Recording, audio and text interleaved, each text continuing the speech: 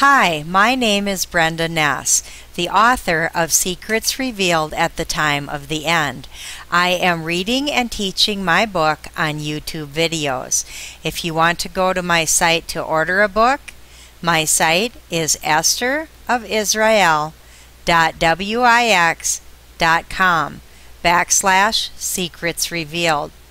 When you get to my site, the ordering instructions are at the bottom of the home page. I also have an ordering instruction video that's a couple minutes long at my YouTube site. You can see all my YouTube videos by going to the bottom of the page and clicking on YouTube. It links to my site. I am now going to read Chapter 4. I have 5 previous recordings, the cover, the intro, and chapters 1, 2, and 3. Chapter 4. Setting the stage for the 7-year tribulation. The tribulation could possibly begin in year 5782 on the Hebrew calendar.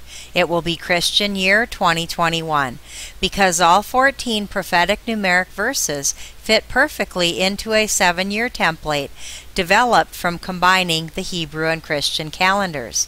The 28 dates gotten from the first and last day of each of the 14 prophetic verses will line up with appropriate holy days. Knowing and understanding these 14 verses may eventually save your Nun. Nun is the 14th letter of the Hebrew alphabet, and it literally means life.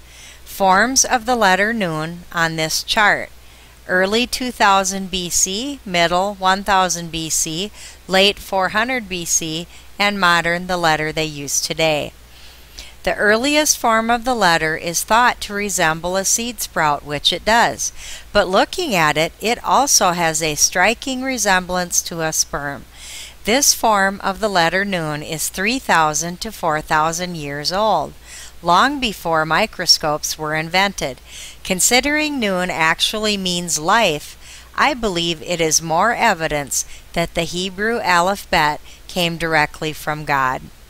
The 28 dates that need to line up on the calendars are established from the first and last date of each of the 14 prophetic numeric verses. For example, Daniel 12:7, 11, and 12, which specify 3.5 years, 1,290 days, and 1,335 days respectively. Because God tells us that He knew the end in the beginning, these dates must come from notable, scripturally relevant events that have already been recorded in the Bible.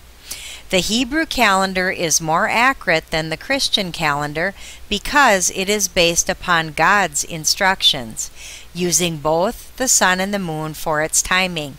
Hillel II saw a repeating pattern by examining the historical date records. He then developed a mathematical formula to calculate the calendar dates far into the future. The Christian calendar is based only on the time it takes the Earth to orbit around the sun. Both systems were developed long before computers. Hillel II developed his system in the 4th century, and it is still working today.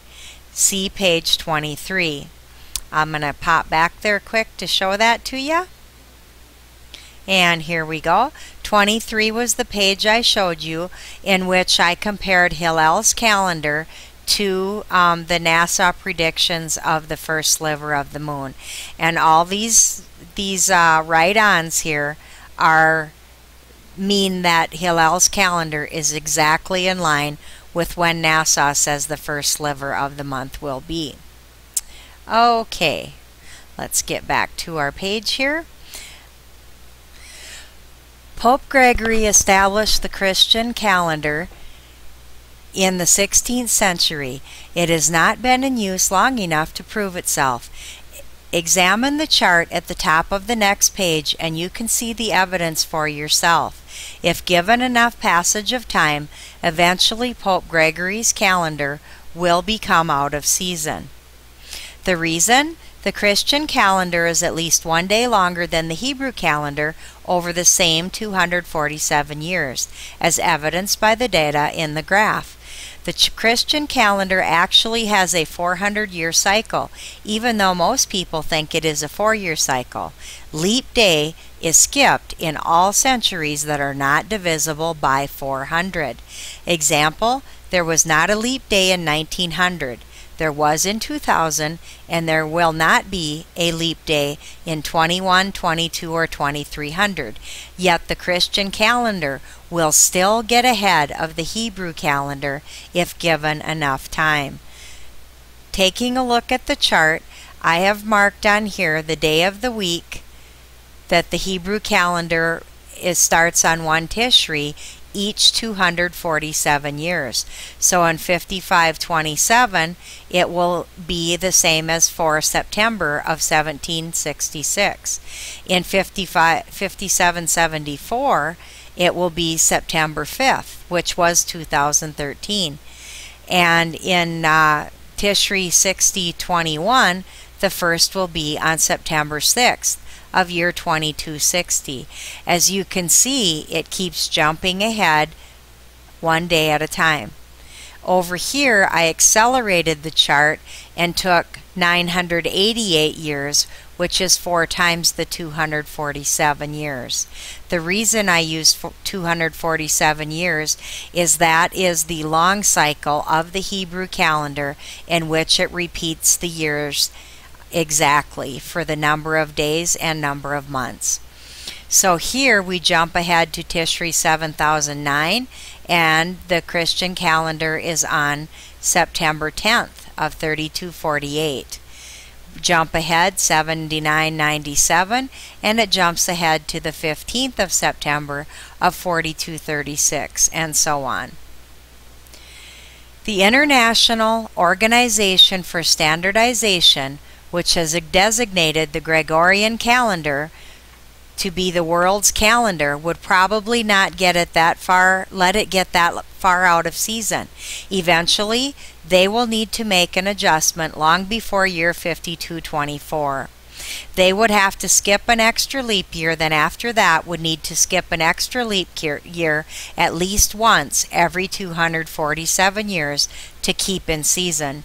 A side note on the ISO, they decided to call Sunday the 7th day of the week, and they changed the layout of the calendar accordingly. ISO standard 8601 that I had mentioned before was actually approved in 1988, but it is not commonly used as such in the United States yet. If you ever book a trip to a foreign country, pay attention to the calendar on their website. It may look like this one. This site came from wikipedia.org.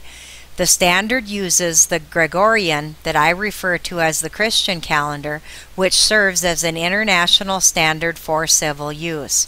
This is a copy of the example that their site displays. Notice the first day of the week is Monday, making the 7th day Sunday. Just another example of the Antichrist system changing laws and times and laws. The Antichrist is not just a person, it is a system, a beast that has been laying its final foundation for more than 2,000 years. Chapter 16 gives an explanation of how Satan keeps showing up in evil people time and time again, until God finally eliminates him for good. Daniel 7:25, and he shall speak great words against the Most High, and shall wear out the saints of the Most High, and think to change times and laws, and they shall be given into his hand until a time, times, and the dividing of time. Please review these verses from the week of creation, and I also added Psalm 93.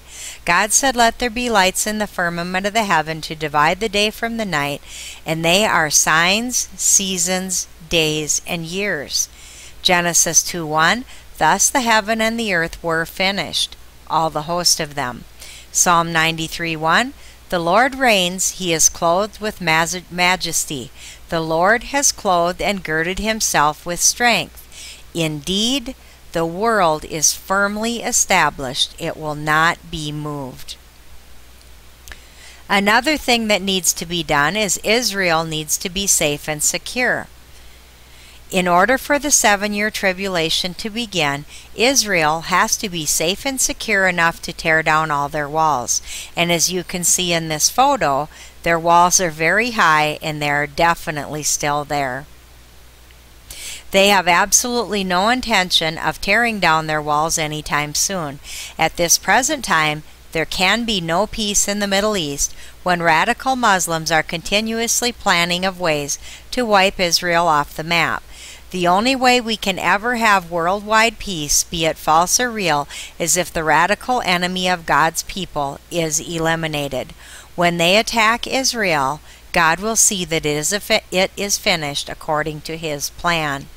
In Ezekiel 39:25-26, the sovereign Lord said, "But now I will be merciful to Jacob's descendants, the people of Israel, and make them prosperous again. I will protect my holy name. When they are once more living in safety in their own land, with no one to threaten them, they will be able to forget how they were disgraced for having betrayed me." Good News Bible.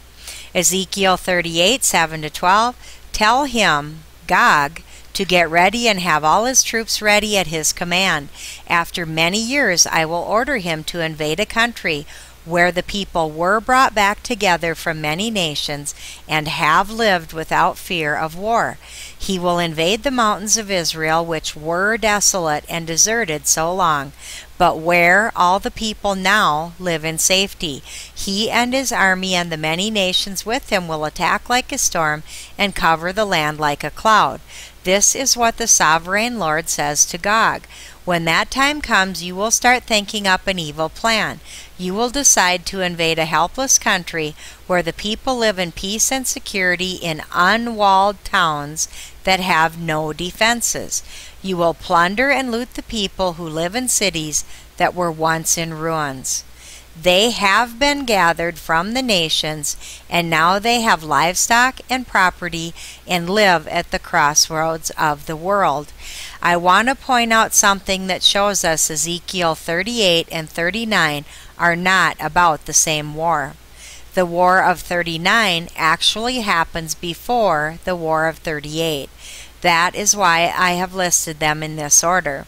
Notice 39 says, will be, will, when, will be at the time of this war. Israel is not yet living in safety, but God is promising that they will be safe after this first particular war. And I'll just quick scroll up to that again to show you that because I highlighted them. Okay? Will be, will, when, they will be. Okay, now let's take a little closer look at 38. In Ezekiel 38, the words where, were, have, were, where, now, where, have been, have, they tell us in past tense that this is after they have been living in safety and the walls are gone and Israel has gotten rid of their defenses. Then they will be attacked a second time. Also note, you will plunder and loot the people who live in cities that were once in ruins. In this second war, the enemy will be allowed to harm them. In the first war, God promises to protect them from harm. I will protect my holy name. That's how we can see that 39 comes before 38.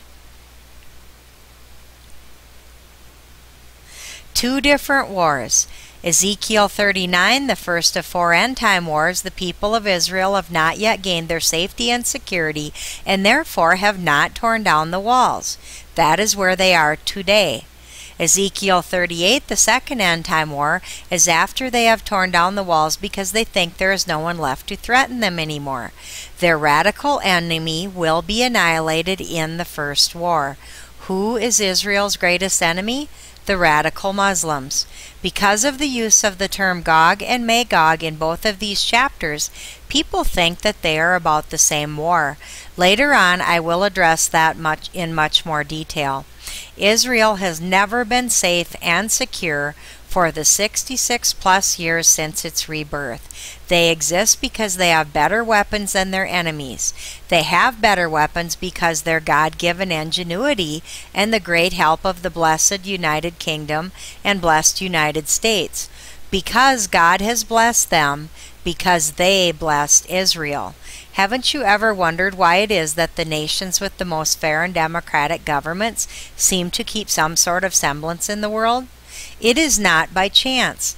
God said He would bless the people who bless Israel and curse those who do not.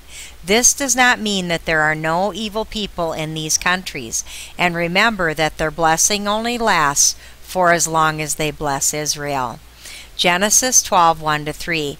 The Lord said to Abram, who is now Abraham, "Leave your country, your relatives, and your father's home, and go to a land that I'm going to show you. I will give you many descendants, and they will become a great nation. I will bless you and make your name famous, so that you will be a blessing. I will bless those who bless you, but I will curse those who curse you, and through you I will bless all the nations." Good News Bible. Israel has been involved in several wars since they became a new nation just a few decades ago. See the list at wikipedia.org, Wiki list of wars involving Israel. They will be attacked by their enemies again, and again the enemy will lose. But in this attack, there will be a monumental difference. The enemy's weapons will be disabled, and Israel will not be allowed to defend itself either, because God will send salvation, Yeshua, to Israel. Yeshua the Messiah to protect them, and He will completely annihilate the attacking armies.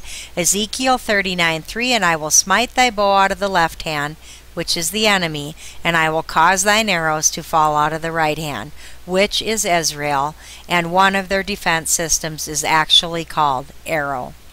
This is how God will reveal the Messiah to Israel. This destruction will be done similar to how He saved Israel from the Egyptian army thousands of years ago. Only this time He will use whirlwinds instead of water. In a future chapter, I will show you with Psalm 58 and 83, Isaiah 31, Jeremiah 30, and Ezekiel 39. And His people, the kingdom of Judah anyway, are in their own land now, instead of in Egypt. All Israel will be able to do is blow trumpets, which are shofars, to call for God's help. Numbers 10:9, "And if ye go to war in your land against the enemy that oppresses you, then ye shall blow an alarm with the trumpets. And ye shall be remembered before the Lord your God, and ye shall be saved from your enemies." As a result of the tornado-like whirlwinds, the enemy will be completely destroyed without any chemical damage to Israel's land, and the enemy's weapons and vehicles of war will be left lying in heaps. The people of Israel will be able to use them as a source of fuel, and they will also be awarded the entire original promised land. Ezekiel 39:9 and 10, "And they that dwell in the cities of Israel shall go forth and shall set on fire and burn the weapons, both the shields and the bucklers, the bows and arrows, the handstaves, the spears, and they shall burn them with fire for 7 years, so that they shall take no wood out of the field, neither cut down any out of the forest. For they shall burn the weapons with fire, and they shall spoil those that spoil them, and rob those that rob them, says the Lord God." Why does God intervene and save Israel now? In the past, God has called on other nations to help protect Israel, and many times they have answered. It is when they do not answer that He comes forth. In recent times, it has been the United States and Great Britain, and occasionally various other European countries, who have come forth to aid Israel. It is believed by many that these two countries are heavily populated with descendants of Manasseh and Ephraim, sons of Joseph who became adopted sons of Jacob so that they could receive Joseph's portion of inheritance. In fact, it allows Joseph to receive a double portion. See the story of Joseph in Genesis 37, 39 through 48, 49, 22 to 26. Genesis 48, 5 and 6. "And now thy two sons, Ephraim and Manasseh, which were born unto thee in the land of Egypt before I came unto thee in Egypt, are mine. As Reuben and Simeon they shall be mine. And thy issue, which thou begettest after them, shall be thine, and shall be called after the name of their brethren in their inheritance." This time God will call on these nations to protect Israel, but for one reason or another they will not help. It could be that Israel will not accept a two-state solution that is backed by the UN, developed by mostly the U.S. and supported by the United Kingdom, and who have encouraged all of Europe to agree. Catherine Ashton, spokeswoman for P5+1, is from the United Kingdom. Or maybe Israel will attack nuclear facilities in Iran against UN wishes. At any rate, Israel will go against the recommendations of the world, and no other nation in the world will help them. When Israel's enemies realize this, they will invade, planning to physically wipe them off the map, bringing about the first end-time war. God will take the blessing away from the United Kingdom and the United States when they do not help Israel. This will not become evident until later in the 7-year tribulation. God will save Israel so his promise can be fulfilled. The promise in Isaiah 43. There are millions and millions of people who are from the 10 northern tribes who have not returned to Israel. Their identity was lost and is just beginning to be revealed to them. Isaiah 43, 1-7. Israel, the Lord who created you says, do not be afraid. I will save you. I have called you by my name, you are mine. When you pass through the deep waters, I will be with you. Your troubles will not overwhelm you. When you pass through fire, you will not be burned. The hard trials that come will not hurt you. For I am the Lord your God, the Holy God of Israel, who saves you. I will give up Egypt to set you free, and I will give up Ethiopia and Seba. I will give up whole nations to save your life, because you are precious to me, and because I love you and give you honor. Do not be afraid, I am with you. From the distant east and the farthest west, I will bring your people home. I will tell the north to let them go and the south not to hold them back. Let my people return from distant lands, from every part of the world. They are my own people, and I created them to bring me glory. Good News Bible. The book of Isaiah was written more than 600 years BC, before Jesus was born. Even though Columbus is credited with discovering America in 1492, there is evidence that Norse people referred to as Vikings were here hundreds of years before that. Even so, it is obvious that the farthest west was referring to the Americas at least 1,600 years before they were discovered. Is it not more evidence to prove that the Bible was inspired by God? Once Israel is saved, they will easily forgive the nations that didn't help them, because they are feeling so grateful to God. During the first half of the 7-year tribulation, God's witnesses will lead his people out of the nations, and they will return to Israel. The hard trials that come will not hurt you, because they obey these witnesses who were commissioned by God. The return of these 10 tribes and still more of the 2 tribes to Israel is referred to as the Greater Exodus. It will be conducted by 144,000 sealed servants from the 2 houses of Israel. They are the 2 olive trees, the 2 candlesticks, and in Revelation 11:4, the 2 witnesses. They have characteristics of both Moses, he who draws out, and Elijah, God is Lord. The abrupt end of this first end-time war on 11 Tishri triggers the 7-year tribulation, which will entail the signing of a peace treaty between Israel and the rest of the world on the evening of the first day of Sukkot, which is 15 Tishri. It will end exactly 7 years later, so it will be 20 September 2021 through 20 September 2028 on the Christian calendar. On the eve of Rosh Hashanah on the Hebrew calendar, Israel will have a fuel source for 7 years and also have 7 months to bury their dead. Reread Ezekiel 39, 9 and 10, the top of the last page, and add verse 12. And 7 months shall the house of Israel be burying of them, that they may cleanse the land. And this verse will come up again at the bottom of the page. The war is won for Israel by the Messiah on 11 Tishri because the radical Muslims choose to rise up and attempt to destroy Israel on the holiest day of the year between God and his people. They've tried this before on Yom Kippur in 73, and not surprisingly they lost. This time the Messiah will literally wipe them off the map. Here's an interesting coincidence. If the timeline I have come up with is correct, the Dome of the Rock will be removed from the Temple Mount at this same time, in September of 2021. Construction of the Dome of the Rock began in 689 AD, which will be exactly 1,332 years prior to its destruction. 1332 divided by 2 equals 666. Israel will also be free to build the third temple because the radical Muslims are the only ones preventing them from building it today. It will be done speedily during the same 7 months they bury the bodies in the valley of Hamon-Gog. On the Hebrew calendar, in the year of this war, there must be 7 months between 11 Tishri and 11 Nisan. Therefore, the 7-year tribulation must start in a 13-month year in order for the 7 months in the verse to be distinctly identified with biblical holy days. It will also leave a couple of days for them to search and make sure the land is cleansed before the sacrifices can begin on Passover. Ezekiel 39:11-16. It shall come to pass in that day that I will give unto Gog a place thereof of graves in Israel, the valley of the passengers on the east of the sea, and it shall stop the noses of the passengers, and there shall they bury Gog and all his multitude, and they shall call it the valley of Hamon-Gog. And 7 months shall the house of Israel be burying of them, that they may cleanse the land. Yea, all the people of the land shall bury them, and it shall be to them a renown the day that I shall be glorified, says the Lord.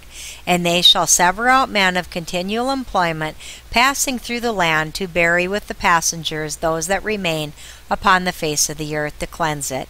After the end of 7 months shall they search, and the passengers that pass through the land, when any seeth a man's bone, they shall set up a sign by it till the buriers have buried it in the valley of Hamon-Gog.